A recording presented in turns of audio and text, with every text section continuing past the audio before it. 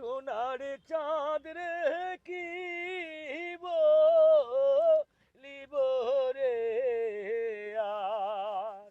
কি বলিব সোনার চাঁদ রে কি বলিব এই এই লিটন এই বান্দির বাচ্চা ভাইরে ভাইরে কইতাছি এই টাকা আমছস টাকা দিবার নাম নাই হ্যাঁ লাউ খাট করছস আবার গান গাইতাছস হারামির বাচ্চা তোর মা চাইকা ভাড়ালামু ফিরদৌস ভাই